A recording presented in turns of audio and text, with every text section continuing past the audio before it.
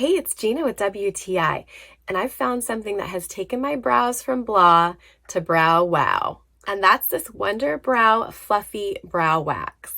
So I was a teenager in the 90s and I definitely overplucked, which left me with semi-thin brows. But what I love about this formula is it has plant fibers in it that actually attach to existing hairs that you have and make your brows look fuller. I got the color brunette because although I do dye my hair somewhat blonde, I have brunette overtones, so that matches pretty well with my original brow color.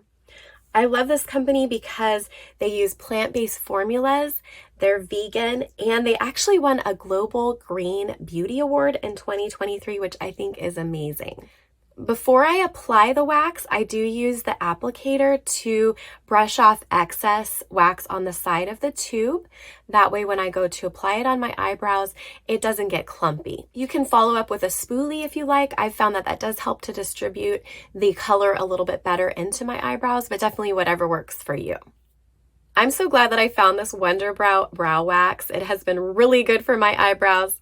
You should check it out if you're looking for something similar, and that's my point of view.